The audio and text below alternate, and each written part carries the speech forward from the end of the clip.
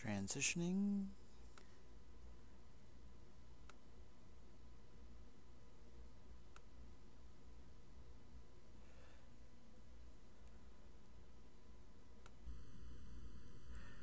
Okay. Getting my stuff up and running. Oh. What do you know? That particular screen of mine... Oh, that particular screen of mine actually works. That's kind of amazing. So...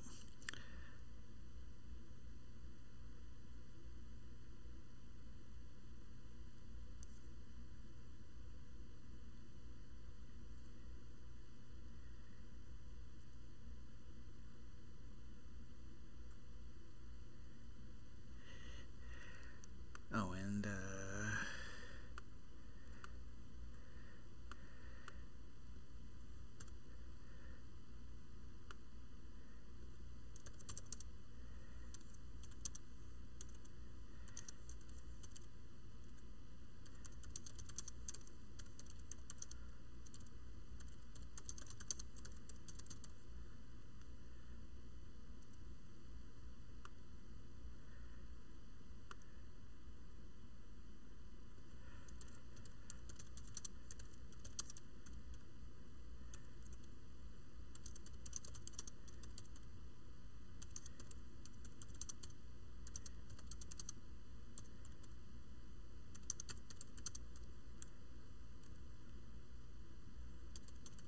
sorry, I'm typing up the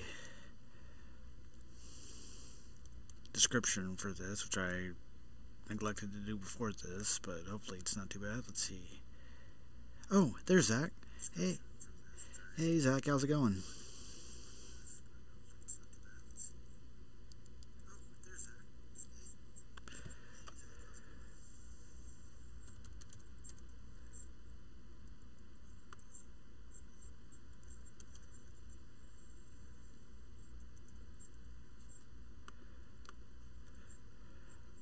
Alright, let's get into it. This is X-Men Legends 2, Rise of Apocalypse. And, this is yet another stream. I think this is, episode 6. And, opening the stream. Or opening the game. Oh, it's going... Oh, Zach, you're just getting ready for bed? Okay, well, in that case, I'll get a move on here, so you'll at least have something entertaining to see.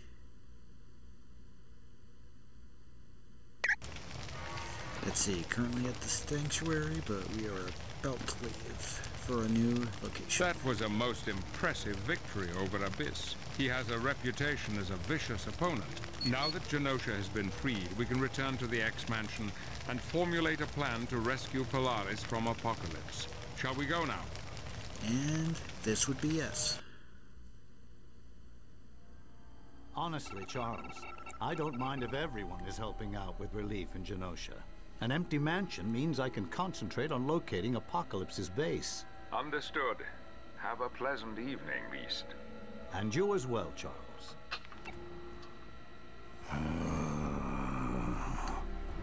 I had come here for the Xavier protocols, but I can make use of you as well.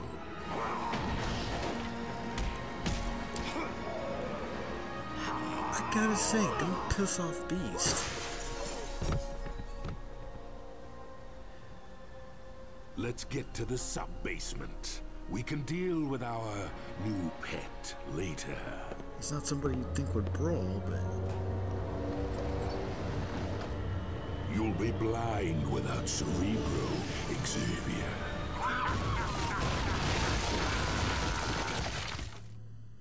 Oops.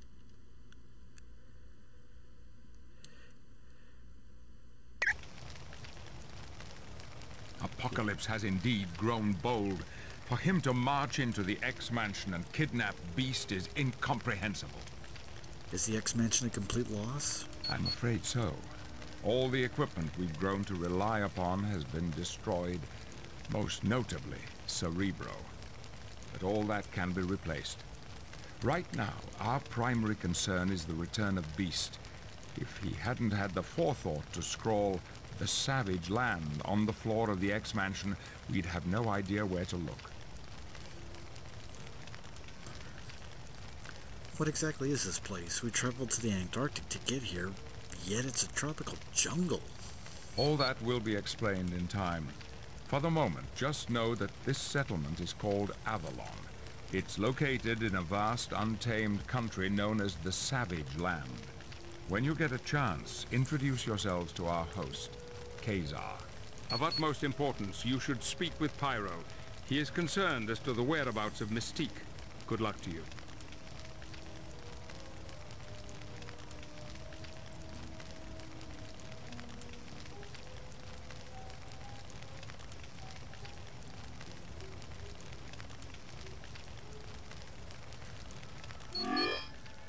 Okay, objectives, talk to Pyro. And go over here. I'm gonna change the team.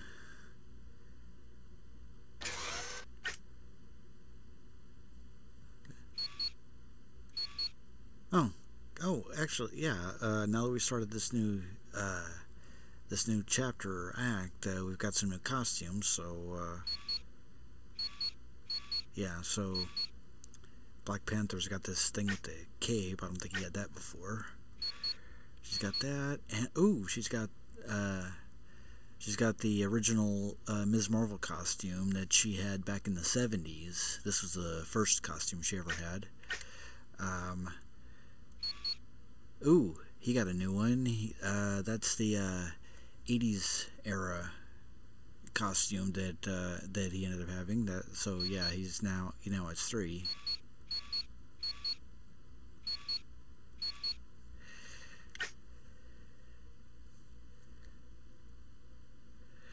And Iron Man. Ooh, that's the armor he had quite a while, starting in the Silver Age and then well into the 80s. He had that particular look, and yeah, like for a lot of people, this is the classic Iron Man look. But I have to say, I was never that fond of it. It was, I mean, it's fine, but I just don't really consider that to be the definitive look of Iron Man, considering his look is almost always changing, particularly these days. So, yeah. Ooh, holy crap. He has a silver version of that, which actually looks cooler. Holy crap.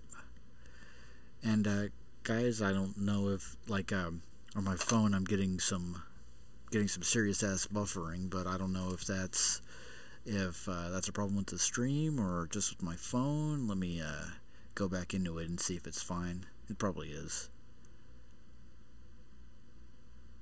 Yeah, okay. Making sure. Okay, so what else do we have? Yeah, so those are all his costumes.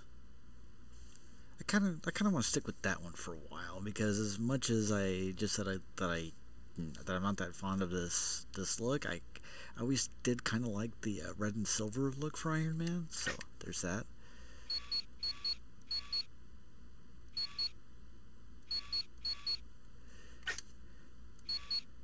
Oh, holy crap!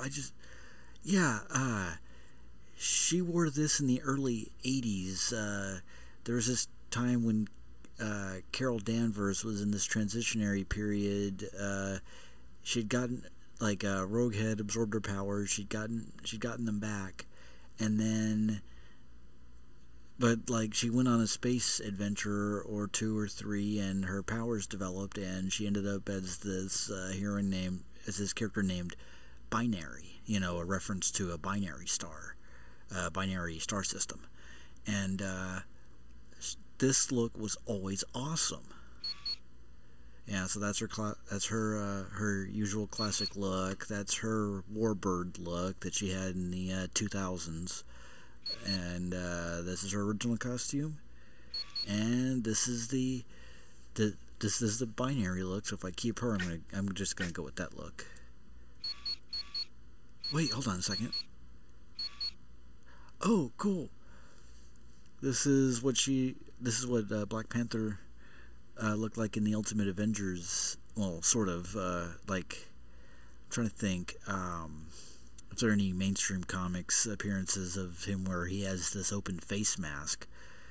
Like, as cool and mysterious as Black Panther looks, I always did like when he would, like, you know, like, show skin color just to remove all doubt that, you know, his name is not only Black Panther, but he's also he's also African, you know, because he was the first black superhero, and he was, you know, and he's legitimately an African king, so I always liked that about him. Okay, so in fact, I'm going to go take this time to go through some more characters and their costumes, so... Blade. That's his usual look, I think. Oh, now we got his 70s outfit. This was the outfit that he had when he first appeared. It was when he was first designed by Gene Colan. In fact, the story behind this is that in the series Tomb of Dracula, which was, if you can believe it, an ongoing Marvel series in which Dracula is the main character, and he has to basically, like, expand his power and deal with vampire hunters. Writer Marv Wolfman wanted to create a vampire hunter named Blade, and he left a lot of the details for what he looked like up to the artist Gene Colan. And Gene decided, you know what? I think it'd be cool if he was a black guy. You know, he'd be a black man. You know, because then his face could hold a lot of dramatic shadows, and heck, you know, there aren't a lot of black characters around, so let's go with that. And you know, like, he could have easily made Blade a white guy, but he didn't. He's like, okay, we're going with a white guy, or we're going with the black guy, and he was and he's been an interesting character ever since. And in the 90s, of course, and into the 2000s, played by Wesley Snipes. Oh, and here's his 90s look, where he had this basically spiky jacket and a red t-shirt, which is cool. Yeah, so those are the looks that he has so far. Let's see. Black Widow. So that's her standard look. That's her, I guess, upgraded tactical ultimate look. This is an approximation of what she looked like in her first appearance back in the 60s. This is before they went with the you know, red hair and jumpsuit sort of look, where she that they kind of based on Emma Peel from the British Avengers, the Avengers TV show that was airing in Britain. They kind of remodeled her so that she'd look more like a sexy sort of spy, but at the start of it, she looked something like this. I mean, like, yeah, it's really hard to describe, but this is an interesting look for her, I think. Like, I definitely prefer, you know, what she used to look. I mean, I prefer some of her more modern interpretations, but there's something nice. There's something interesting about the fish, about, like, you know, just going full fishnet with her or something. I don't know. Oh, and this is what she looked like in the 80s and the 90s. In fact, the first Iron Man comic that I got from my cousin, and, you know, one of the first Iron Man comics that I ever read had Black Widow as a character, and this was what she was. This is what she was wearing. It was pretty cool. Anything else? Might go with that. Okay, so moving on. Captain America. That's his, I guess, his modern-ish look. I think it's the one designed by... It's a cross between the one designed by John Cassidy and his ultimate look. This is his classic comics look. Oh, this is him without the mask. Awesome. That is Steve Rogers. So, you know, kind of his Chris Evans skin. Ooh, yes, and this is the original costume he had in the Ultimate Universe, where instead of, you know, showing him as this dude in tights and a shield, you know, running around World War II, they kind of had this more army fatigue sort of version of him, you know, that just happened to be painted, or happened to be dyed, you know, blue, white, and red. But I always did think this was neat, you know. I should definitely play it. I should definitely play him. Definitely keeping this dude in mind. Let's see. 32 points to spend. That is amazing. So, if you're still with us, Zach Scion, how's your day been, buddy?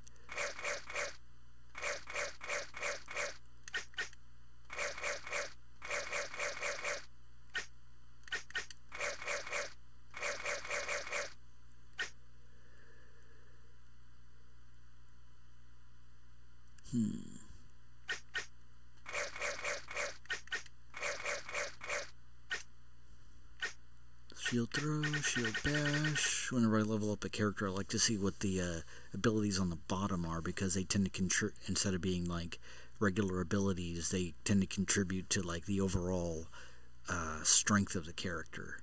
So, I got 8 points to spend. Put 1 in might. Put at least 1 in critical strike. At least 1 in leadership. At least 1 in super soldier master.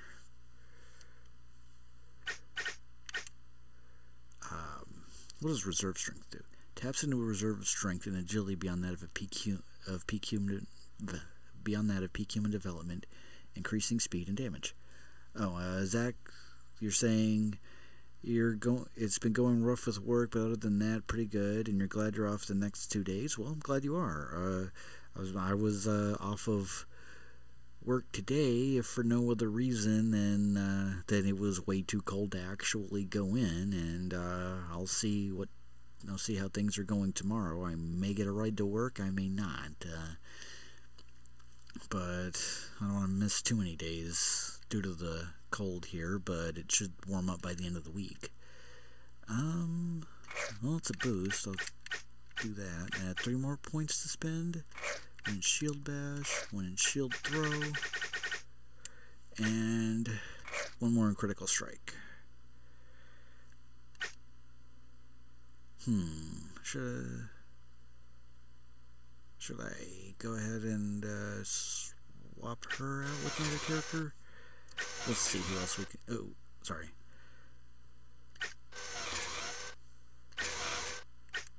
Captain Marvel. Yeah, Zach Scion hates the cold except for when he's sleeping. Yeah. Honestly, even though I was born in North Dakota and occasionally spent time there, gotta say I'm not too much of a fan of the cold. It's I kind of prefer warm, you know, not hot, but certainly warm. Anyway, so we've got for Captain Marvel, we've got his ultimate Kree uniform, which I always thought looked pretty badass. And then we've got his one of his Captain Marvel costumes. Then we've got Genisvel, his son. I guess it's just those 3. I guess he doesn't end up with as many costumes as some of the other characters at this point. Daredevil. Oh, Zach Stein, you're going to bed? Gotta get up early to watch your daughter? Alright, ma'am. Take it easy, and tell your daughter that I said hello, because, you know, she is part of my family, so, and you're part of my family too, so, I will keep on trucking, and enjoy the video next time you see it, so. Bye, Zach. Okay, so we've got original Daredevil costume, back when you wore a what can best be described as yellow tights and maroon.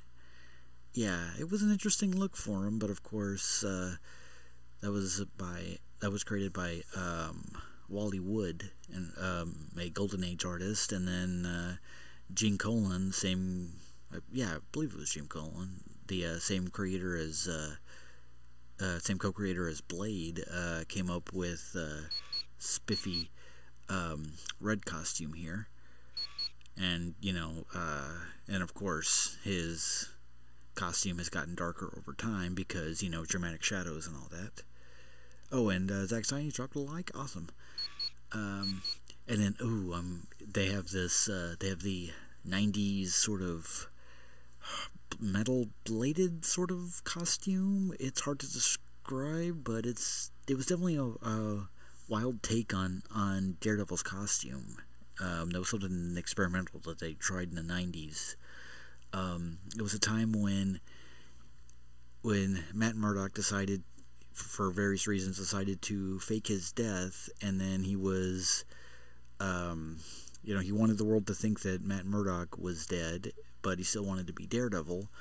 But the problem is, too many people who knew him knew that he was Daredevil, so he had to basically just live under a completely different identity. A man named Jack Batlin, which is a reference to his father, Batlin Jack Murdock.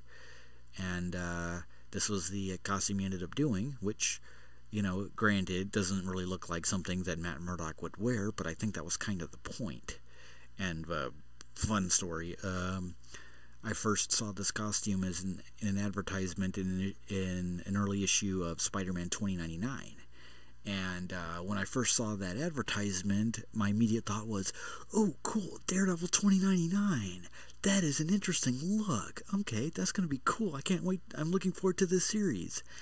And then I got to looking at the advertisement, the house ad, and I noticed that there wasn't the word 2099 anywhere in the advertisement.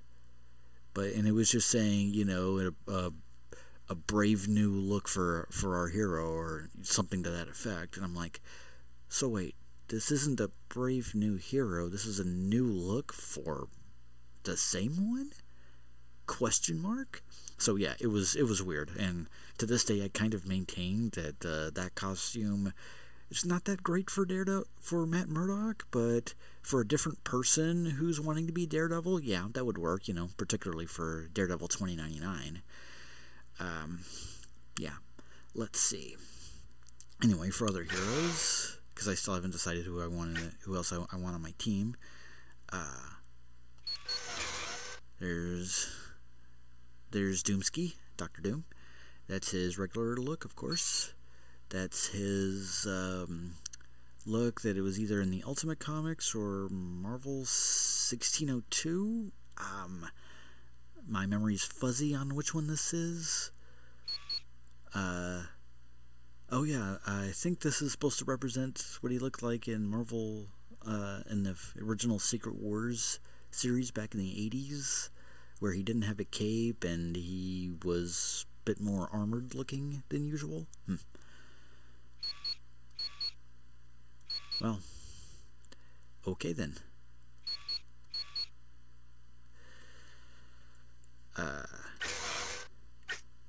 Doctor Strange. Doctor Slightly Weird. And that's his Blue Mage sort of look. He actually looked like this for a period of time in the comics. And not being a Daredevil comics, a Doctor Strange comics fan in particular, I'm just like, I never really cared for the character, so I had no idea what was going on in his comics, other than stuff I just kind of found out, and then it's just like, what's going on with this guy? So, meh. Oh, and there's what he looked like in 1602, a series that basically reimagined everybody as the Marvel characters as living in the year 1602, so Elizabethan England, and there was this whole plot about discovering the New World, weirdly enough. So Stephen Strange in this capacity was this court mage or this court seer or something, this advisor who used magic and all that, and that's what he looked like. But of course, this is the this is the classic comics look, and then that I think is the ultimate comics look. Alright,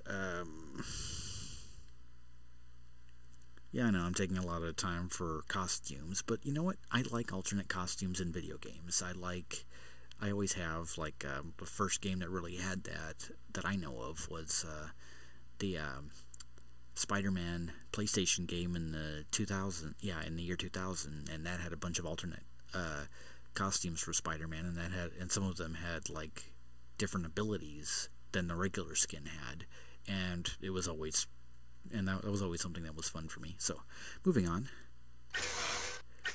Elektra Nachios. There's this, which we've already seen. There's a white version. I can't remember if we've already seen this. And there's a black version of the leather thing. Okay.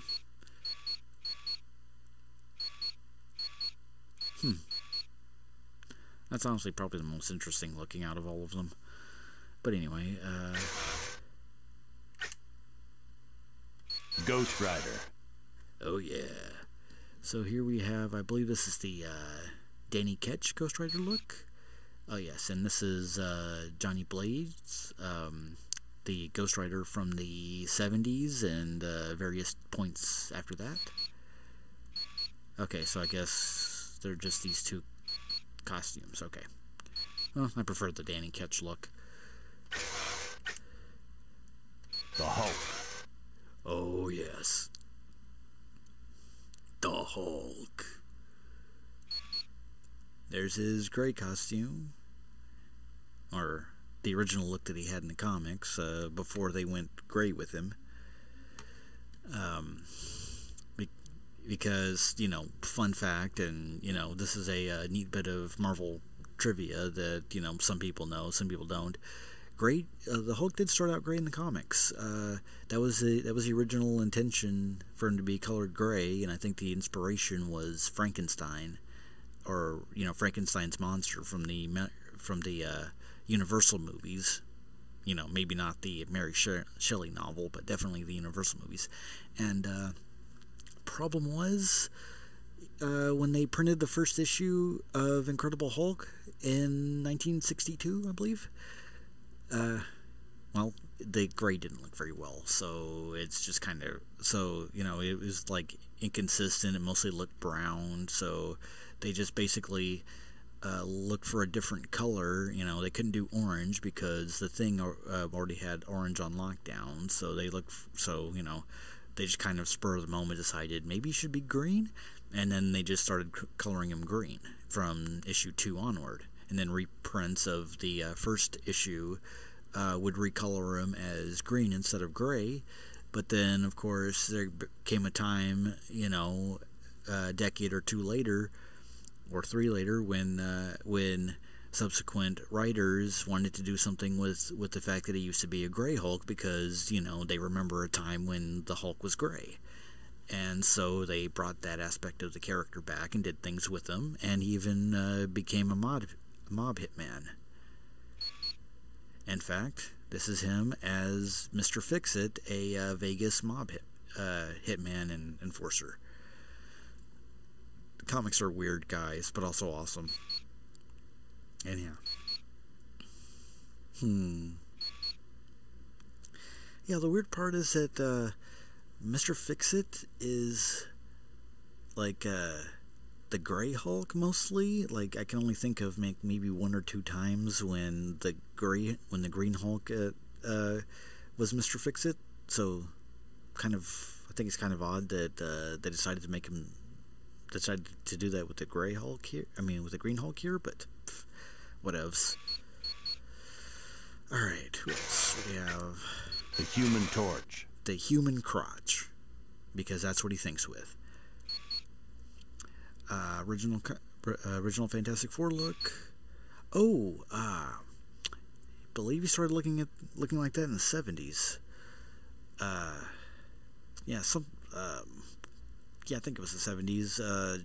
Just because, well, he's Johnny and he's a bit of a showboat, so he decided to make his costume red and yellow. So that was the result. And that's the Ultimate Comics look. Okay. Invisible Woman. And we've got her 80s and 90s look. Speaking of 90s, this was the most atrocious thing she's ever worn. Like, for some reason in the 90s, I guess they were trying to, like, boost up sales on Fantastic Four, so they started having Sue Storm dress like Psylocke of the X-Men. Like, they're just, like, cutouts in her costume all over. It's rather ridiculous. Like, this is just not something that fits her, you know? I mean, okay, it fits her rather well, but not her personality. Like, yeah. In fact, I don't know if you can. I don't know if you'll notice this, and there's no way to zoom in. The 4 emblem that's on her chest, that's a negative space cutout. That's basically a peekaboo window in the shape of the number 4. Seriously. I wish I were kidding. Sigh. Yeah, enough of that. Yeah, regular costume.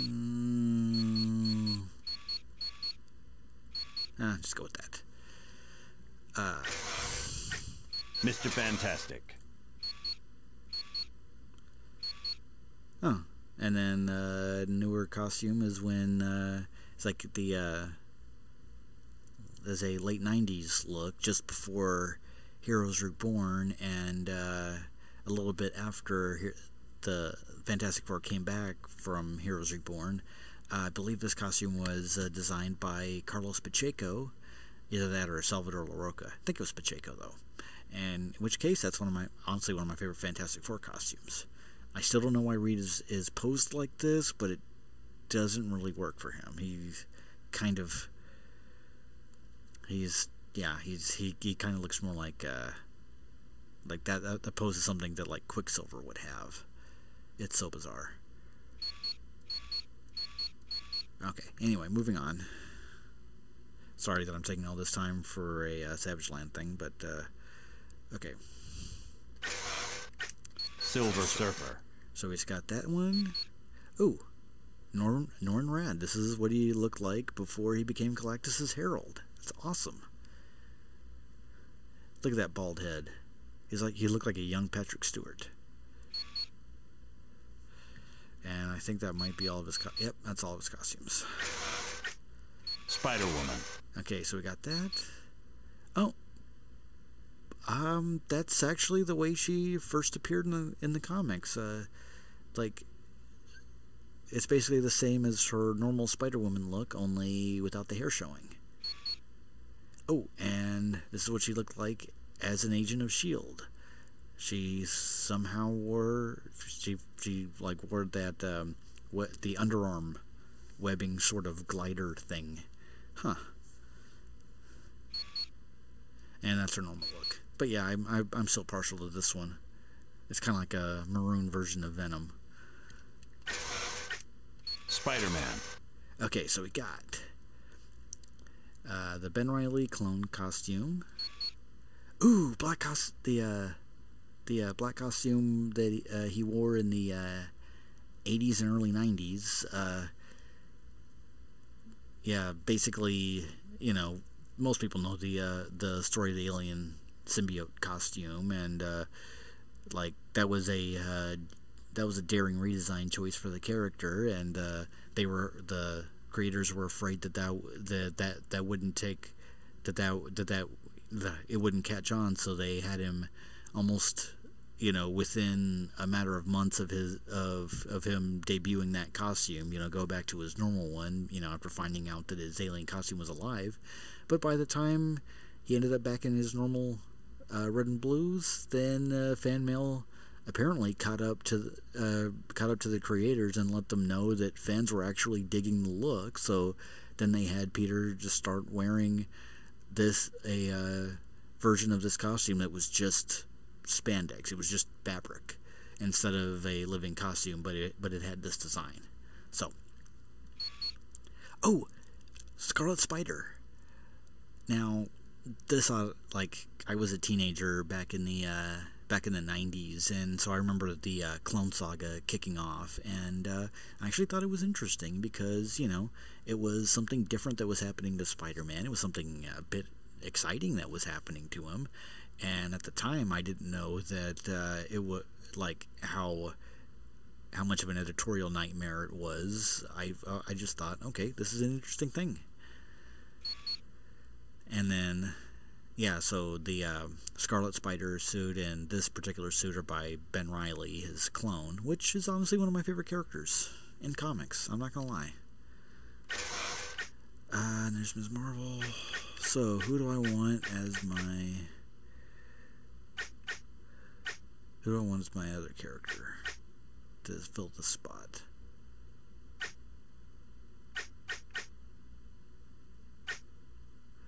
You know what? In the times I've played this game, I've never done anything with Dr. Doom.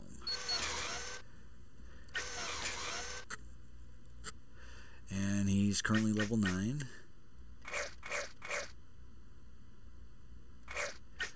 Okay.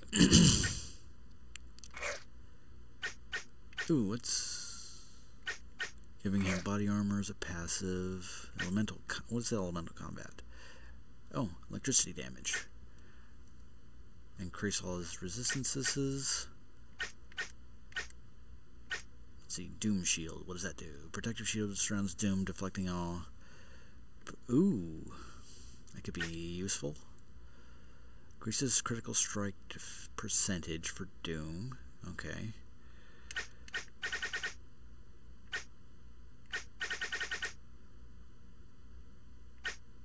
Try Doom Shield. And then... Oh,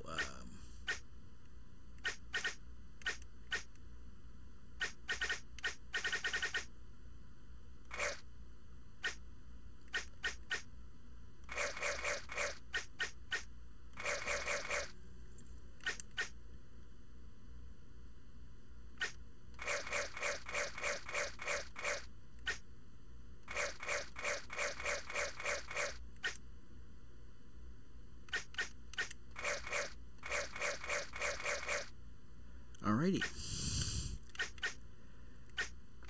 Ooh, aggressive. Yeah, he would be aggressive, but that's probably not going to help me very much. And honestly, I can also see him being defensive. Alright, what do I want to equip him with? Waistband of shielding for a level 15 character. Coil, which he won't be able to get till next time.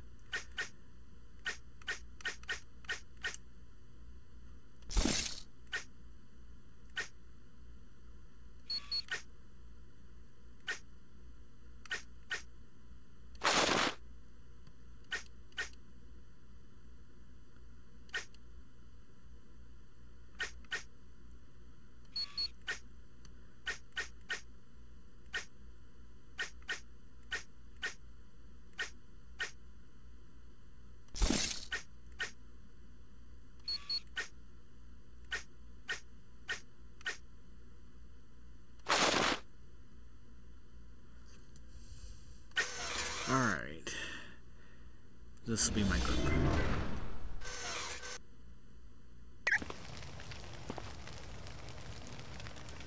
Got it.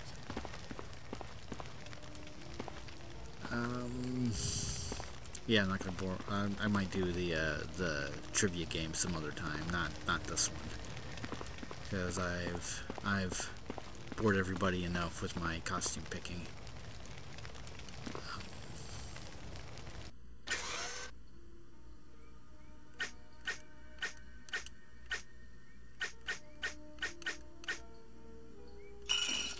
No, I can just sell those. Hello, my friends. I wish we were meeting under happier circumstances. Don't worry, Forge. We'll find Beast. I'd like to see some equipment. Or, hold on. I'll try this. Are you the person we see for equipment? Yes, just like Beast. I can buy and sell all kinds of equipment that'll help you on your missions. What about health and energy? I've got medicines that will help you in both of those categories. For you, anything.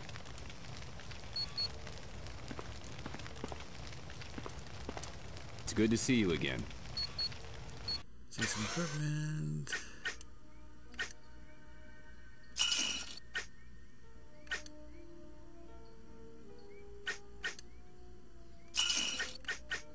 It's all in excellent condition.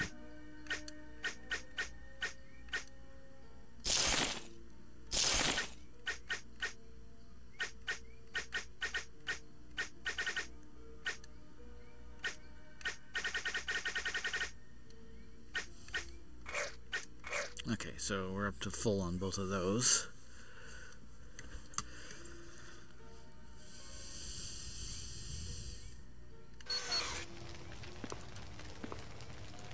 There's a review. Oh, there's the trivia game. The other one's the danger room. Anyway.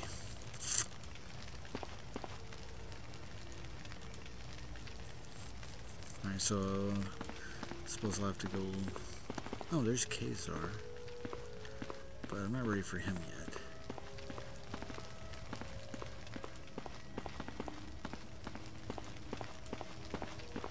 I'm gonna save my progress.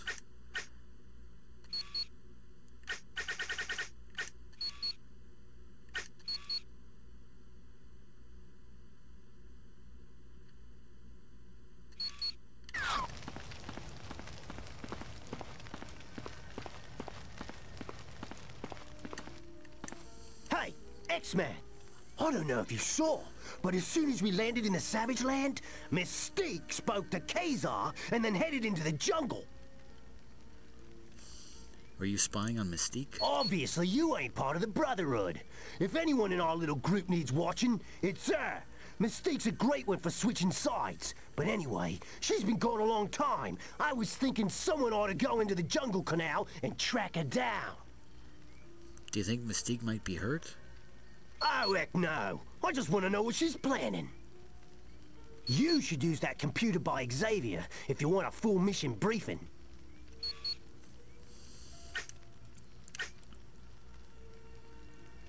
Did you meet Apocalypse at Genosha? Oh, yeah. I met him all right. One of the creepiest blokes I've ever laid eyes on. Why do you say that? Oh, I just realized something that I forgot in my stream.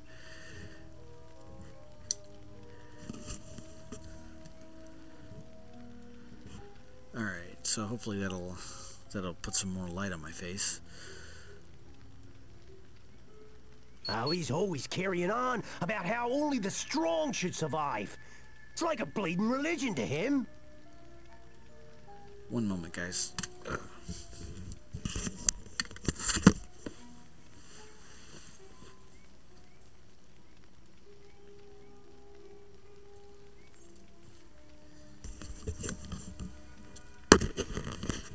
Okay, I'm back.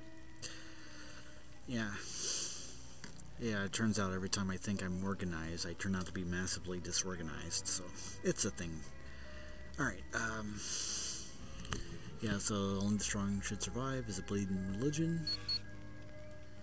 Any trouble getting back into the Brotherhood? Oh, you mean since everyone found out about my working for Apocalypse? Nah, it's all been forgiven, for the most part. Why did they let you back so easily? Oh, it wasn't that easy, and they'll be keeping an eye on me. But hey, look at the crew I'm running with. There's not a one of them that wouldn't switch sides if the price was right. Thanks, Pyro. Yeah, whatever.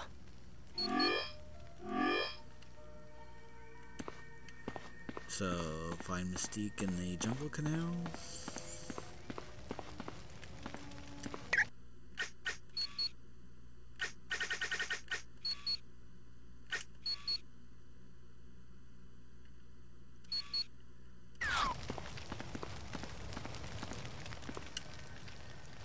Hello. I want it understood that the X-Men are to set the example for the team. You must not give in to your animosity towards the Brotherhood. But, Professor, it's hard to ignore the fact that we've been bitter enemies for years. I realize that. But it appears our fates are intertwined for the moment.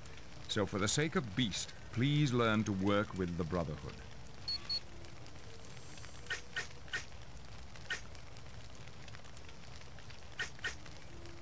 Why did Apocalypse destroy the X-Mansion? Partly out of spite, I would guess. I'm certain our victory at Genosha has him smarting. But he also did it to remove our equipment for detecting his primary base of operations. Is Cerebro completely destroyed? I'm afraid so. Like all machines, it can be rebuilt, but that will take time. Time we cannot afford to spend right now. Why did Apocalypse kidnap Beast? I don't know, but I'm sure he has his ulterior motives. Apocalypse is not one to take action without a good reason. Could Polaris and Quicksilver be here in the Savage Land along with Beast? I doubt it. Polaris and Quicksilver were taken on purpose, whereas Beast was taken because he was at the wrong place at the wrong time.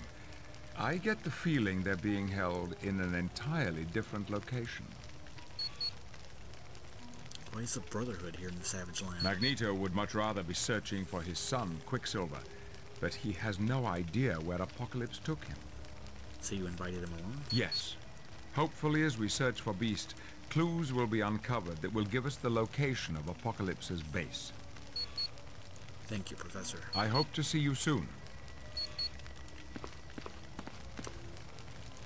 Which mission briefing would you like?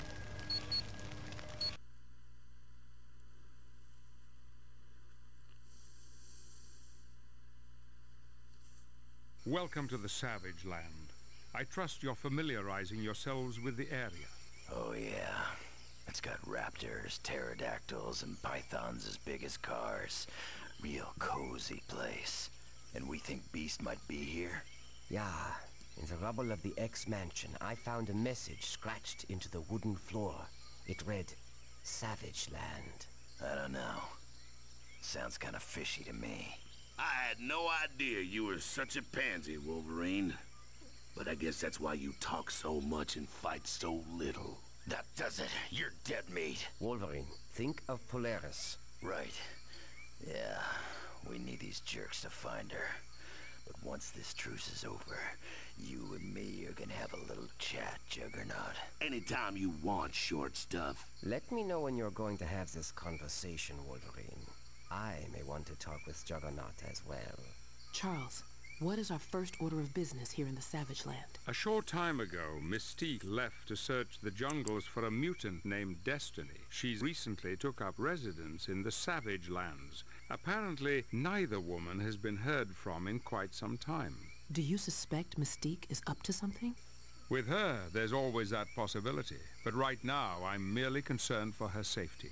Pyro followed her as far as the Jungle Canal. Search that area and see what you can find.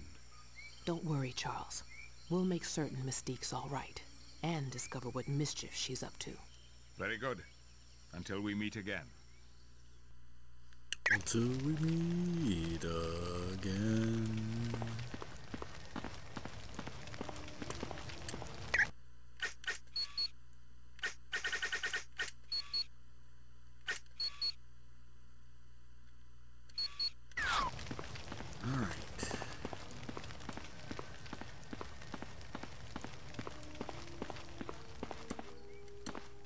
Oi, if it ain't one of my favorite new X-Men teammates. How you doing there? I'm an Avenger. Can't you tell by the costume? Yeah, whatever.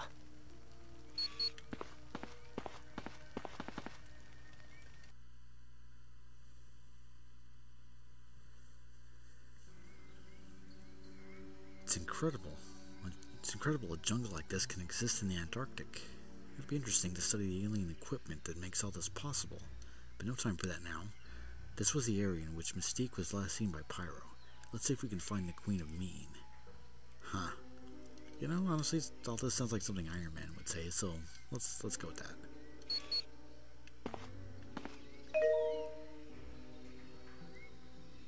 Oh yeah, I knew this. This will be important later, I'm sure. Oh, she was easy to find. Mystique, what are you doing here in the jungle by yourself? Looking for my friend, Destiny. She came to the Savage Land because she sensed Apocalypse was going to start a world war. Destiny hoped this land would be spared. Yeah, she said her friend Destiny? Well, those two have been a couple for decades. It's canon. Yeah, those two are one of the longest running couples in the Marvel Universe, and it's kind of sweet, actually. So Destiny's mutant powers to see into the future? Yes. Now, if we're done playing 20 questions, I'd like to continue my search for her.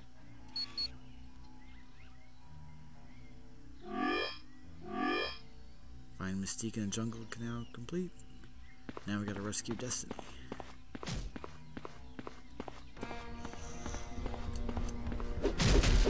I need a hand with this one.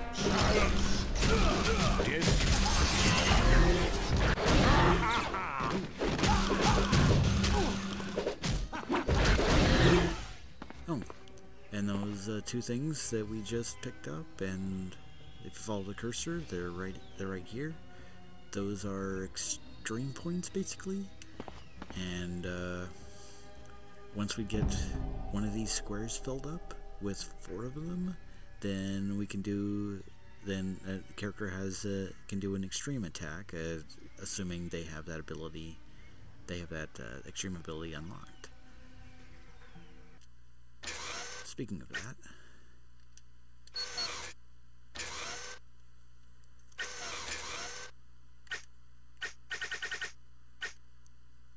Okay, well, extreme abilities aren't unlocked to level 15, which is fine.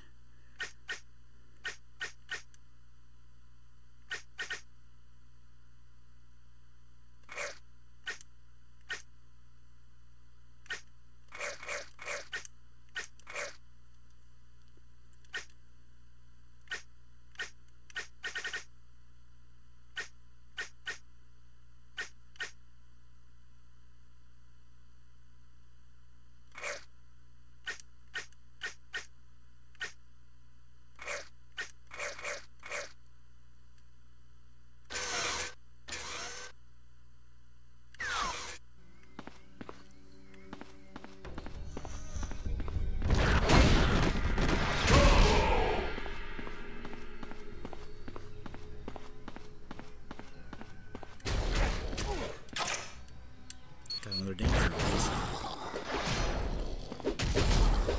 can take this one alone.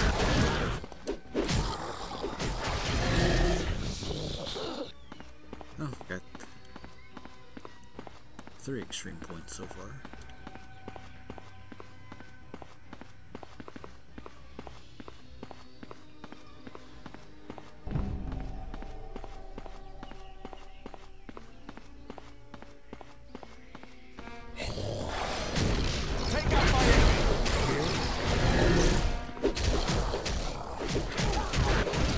Consider yourself clobbered. Yes. Yes. Got it. Yeah.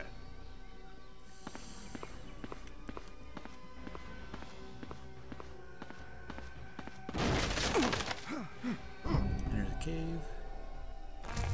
And this is a shorter escape than some of the others.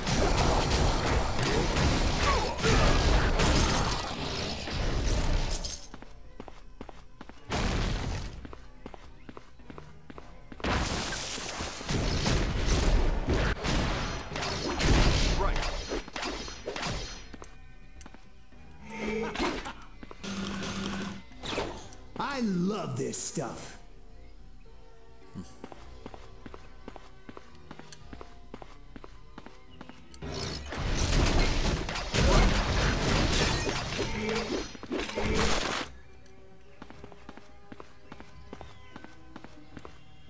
Data disk.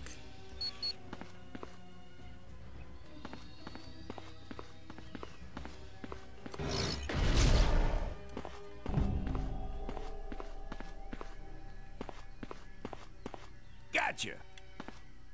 Clear away this rubble.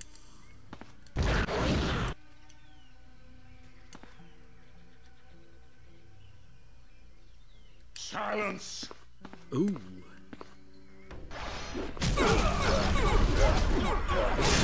You lose, cupcake. Oh, no, didn't want to do that.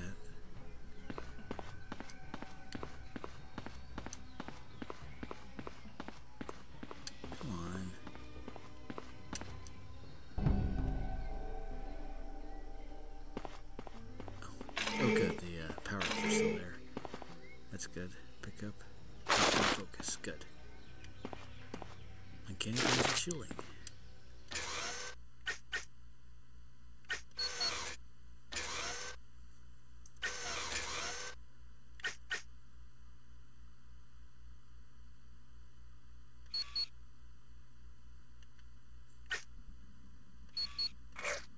Oh, that's the level 15 thing. Gears. Oh, okay.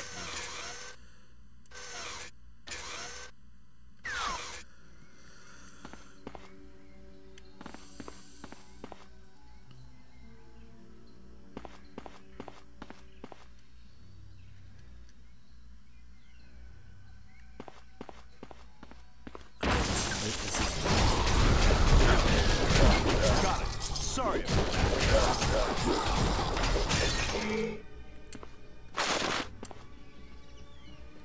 Right. You bet. Gotcha. Silence. I just love it when this version of Doom says silence.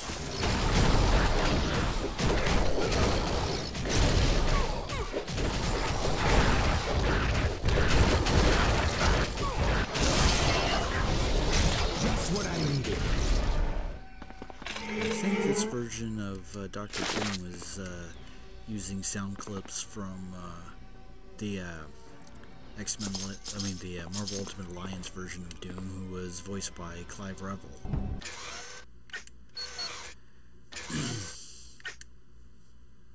And fun fact about Clive Revel, he was the original voice of Alfred on Batman the Animated Series, but he left that show after a very short stint to do a run on Broadway, and he was replaced by Ephraim Zimbalist Jr., who has basically become one of the more famous versions of Alfred, and he's certainly one of the Mark 8 upgrade. What is this? Increases damage done and chance of criticals when using energy damage attacks. And it's a passive, so let's do this.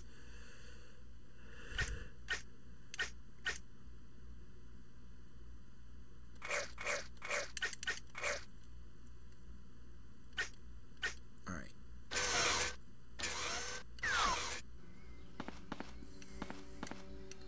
And there's a homing beacon. But I think we gotta go out this way, though. Yes, we do. Too heavy. Exit cave. Oh. You fools! Apocalypse spoke of you so highly, yet you were easy to trap. Who are you? I am Garok, god of the sun, here in the Savage Lands. What have you done with Destiny? I've not found her yet. But when I do, she'll make a fitting present for Apocalypse. And in return, he will aid me in my conquest of the Savage Land. Garok is a petrified man. This basically an immortal in the Savage Land, and he is revered as a god, basically a stone god. And in this game, he's voiced by Dwight Schultz, who is possibly most known as Hallen Mad Murdoch from the A-Team. Yes, that Murdoch. And he was the voice of... he played Reginald Barclay in Star Trek The Next Generation and Star Trek Voyager. So, you know, classic character actor, and he's done a lot of voice work as well. He's Garok and a couple of other voices in this one, and I think he actually voiced Magneto in a game that was based on the X-Men movies. Pretty interesting. He's a neat guy. Continuing on.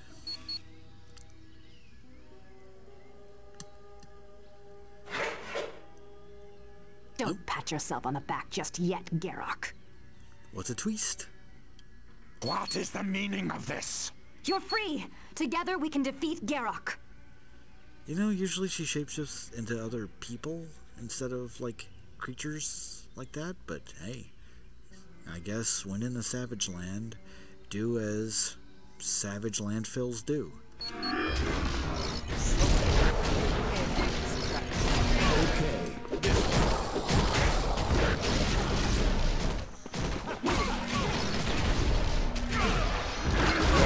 I'm on it. Got it. Affirmative.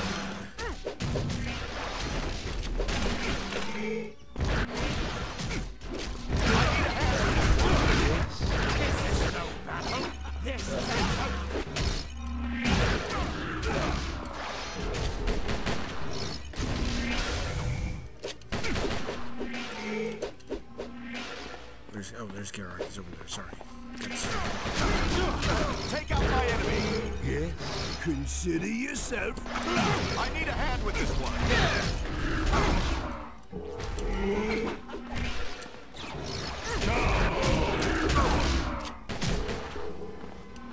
Where's he now?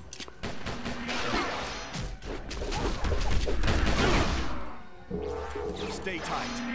Yes. I can't take this one alone. Form up on me. Hey, how about a little help? Oh, jeez, he's already.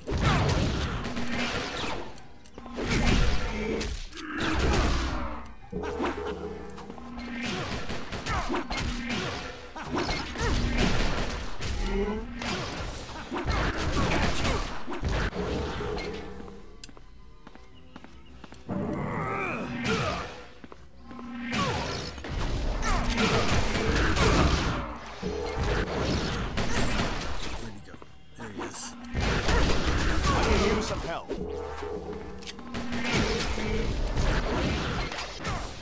No straggling. I'm on it. Why not? I need some help.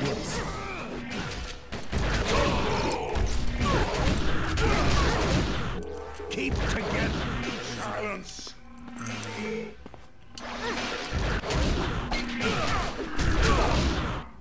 No stragglers. I'm running way low on health.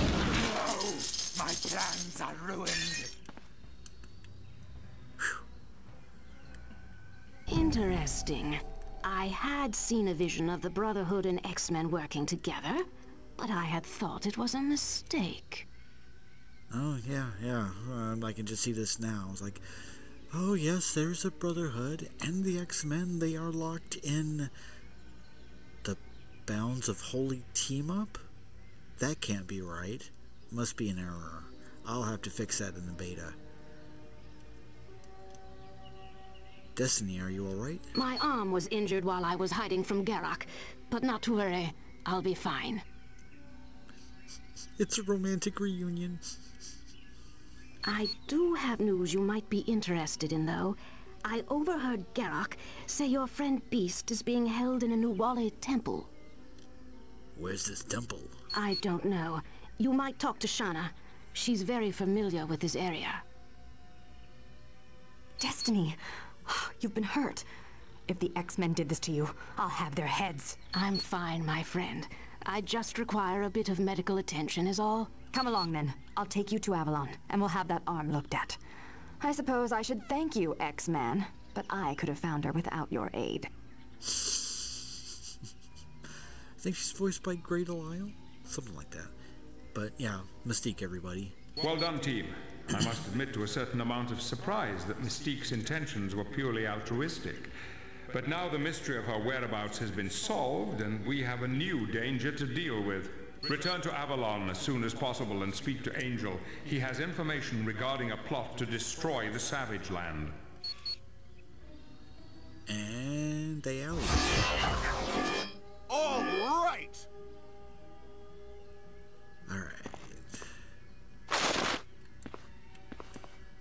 Still don't know if these specialized items can really be equipped by these modded characters, but who knows.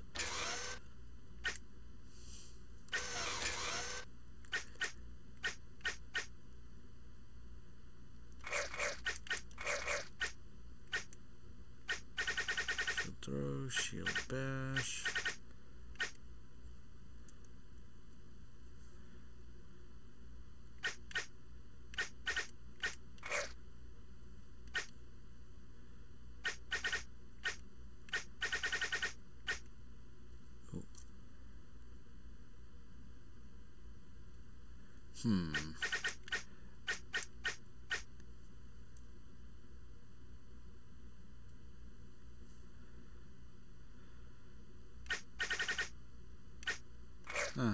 I'll give him that, and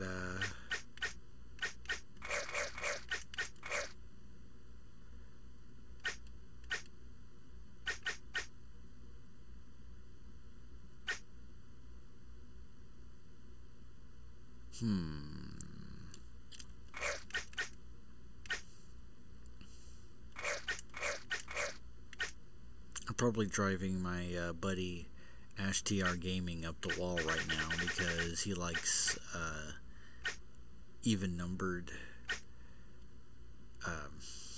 stats, but yeah.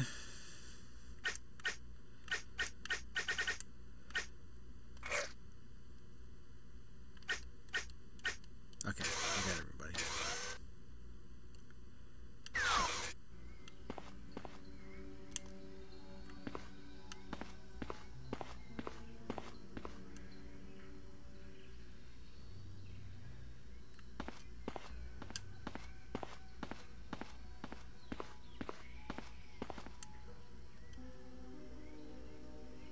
And then we're back to that teleport pad. And now we're going back to Avalon. To the Avaloonies. What's Angel got to say? Same thing as normal? Yes.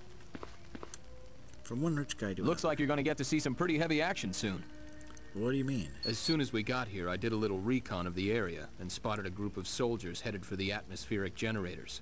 If those soldiers destroy that equipment, the entire Savage Land is going to revert to its normal freezing temperatures. Who would attack a tiny village like Avalon? They're Apocalypse's forces, I'm sure of it. If you want more information, use the mission computer to get a full briefing.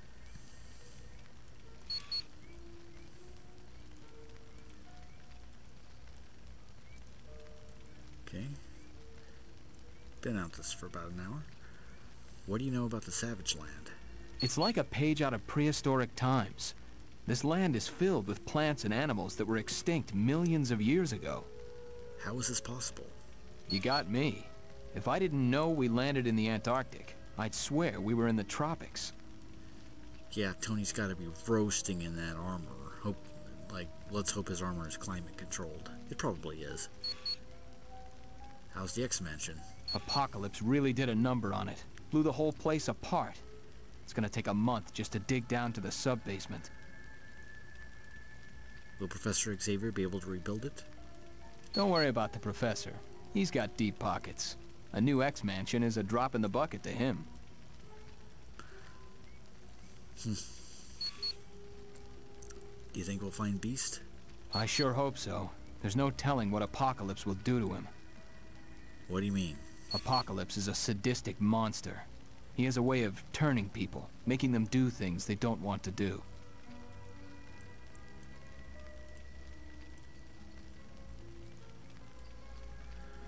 But Beast is tough. We'll find him long before Apocalypse can get him to crack. Thanks, Angel. Anytime, my friend.